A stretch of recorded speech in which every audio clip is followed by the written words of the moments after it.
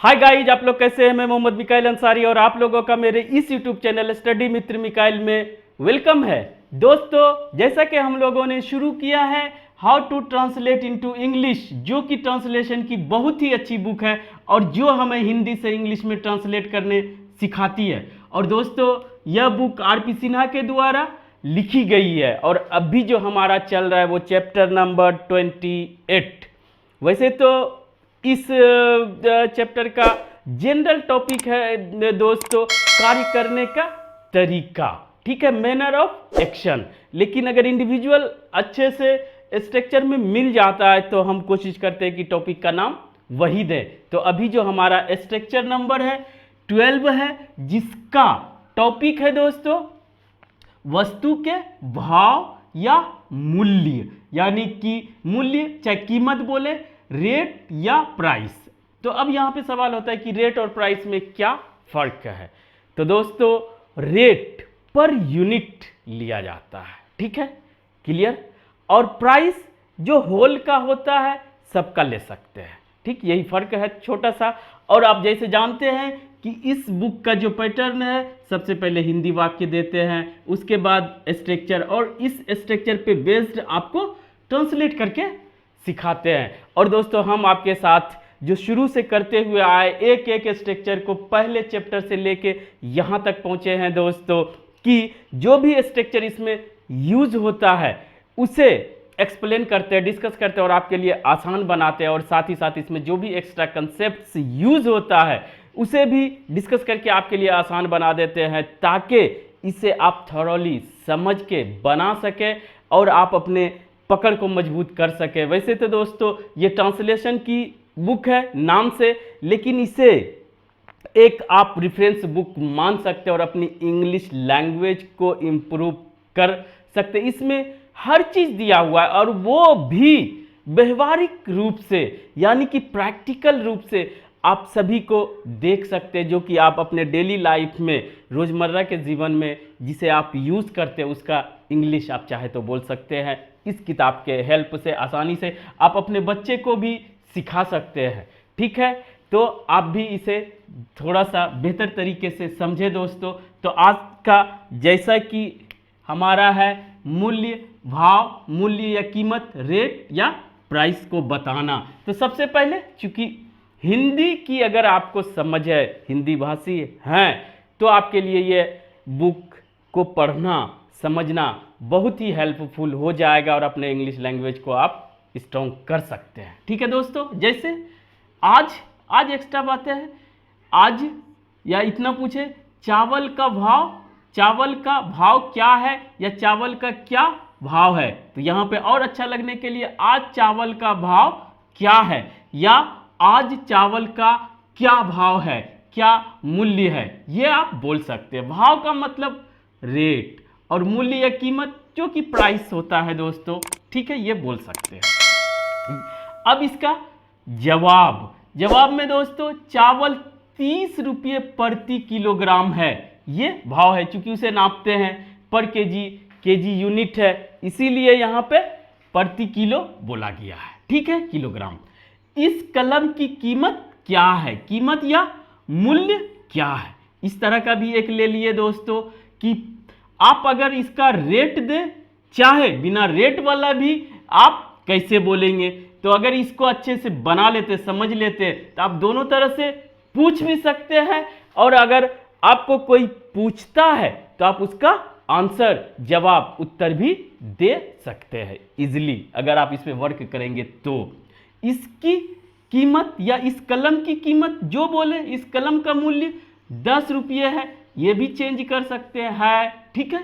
अब स्ट्रक्चर की अगर बात करते हैं, ये सबको क्वेश्चन करने, भाव पूछने, मूल्य पूछने या उसका आंसर देने के लिए, तो उसमें स्ट्रक्चर क्या क्या यूज हो सकता है।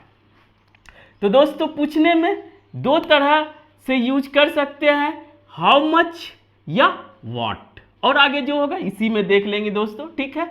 हाउ मच या व्हाट से आप पूछ सकते हैं, क्वेश्चन मार्क लास्ट में। दूसरा, आंसर कैसे देंगे, आप इट से शुरू कर सकते हैं और इट कॉस्ट से, ठीक है। ये प्रेजेंट इंडेफिनिट टेंस, ये V1 का काम करेगा, और अगर इट के साथ है तो V5 यानी प्रेजेंट इंडेफिनिट टेंस। ठीक है, इतना समझ गए। अब जो भी है इसमें बनाने में आपको मिल जाएगा। ठीक है, आज चावल का क्या भाव है, तो हाउ मच से अगर बनाते हैं दोस्तों तो हाउ मच, उसके बाद इज राइस, इतना से काम चल जाएगा।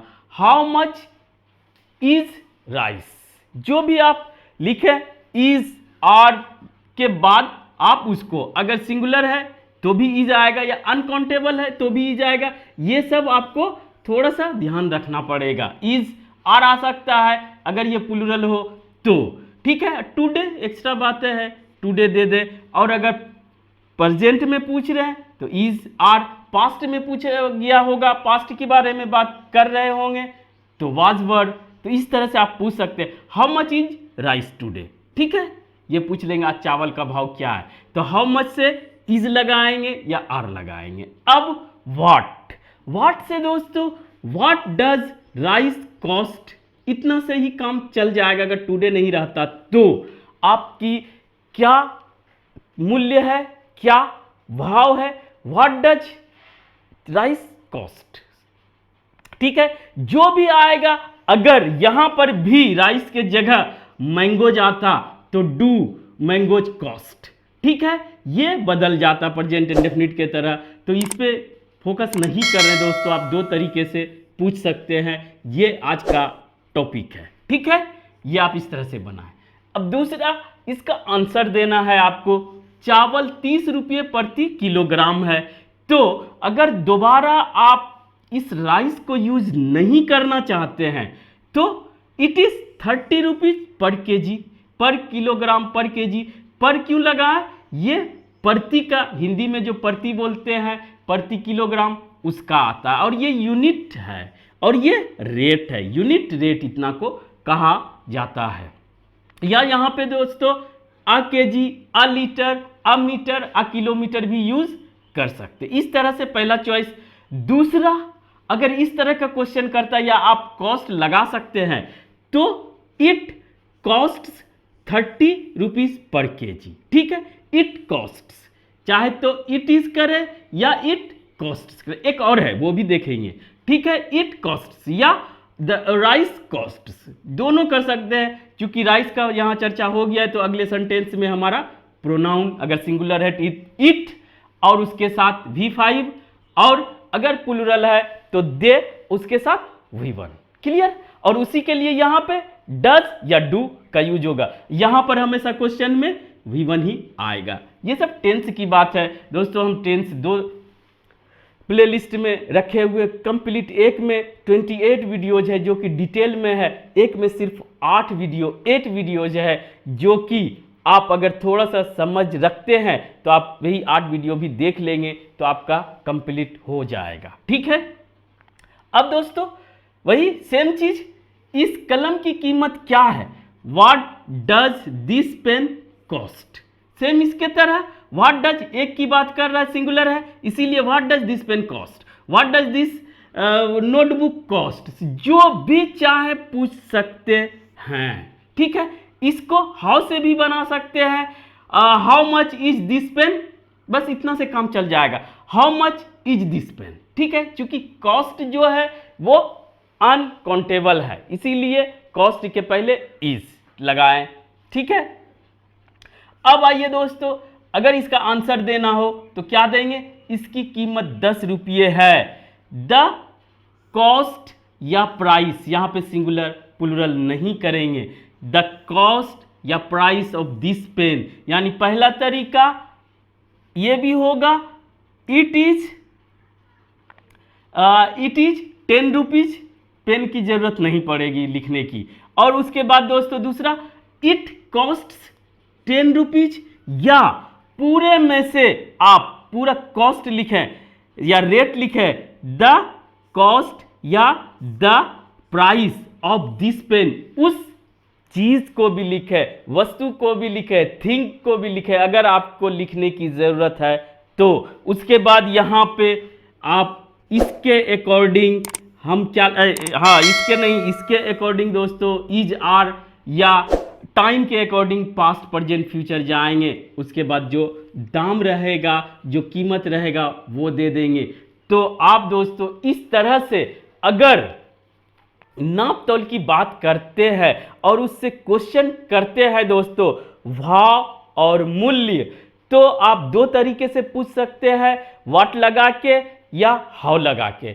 और अगर दोस्तों इसका आंसर देना है तो आप तीन तरीके से पूछ सकते हैं, प्रोनाउन यूज करके, इट, इट इज या it costs, present indefinite tense singular या प्लूरल है तो दे लगा के। ठीक है दोस्तों, या उस वस्तु का नाम ही लिख दे, the cost of this that, जो भी आप है उसके बाद इज हो चाहे आर हो, सिंगुलर या प्लूरल के अकॉर्डिंग, और उसका फिर आप अपना मूल्य या कीमत लिख दें। इस तरह से दोस्तों आप सवाल भी कर सकते हैं और जवाब भी दे सकते हैं। अगर यह वीडियो आपको अच्छा लगा हो और आप इससे कुछ सीखे हो तो प्लीज़ इसे लाइक करें, सब्सक्राइब करें और अपने दोस्तों के बीच शेयर जरूर करें दोस्तों। Thank you for watching, have a nice day.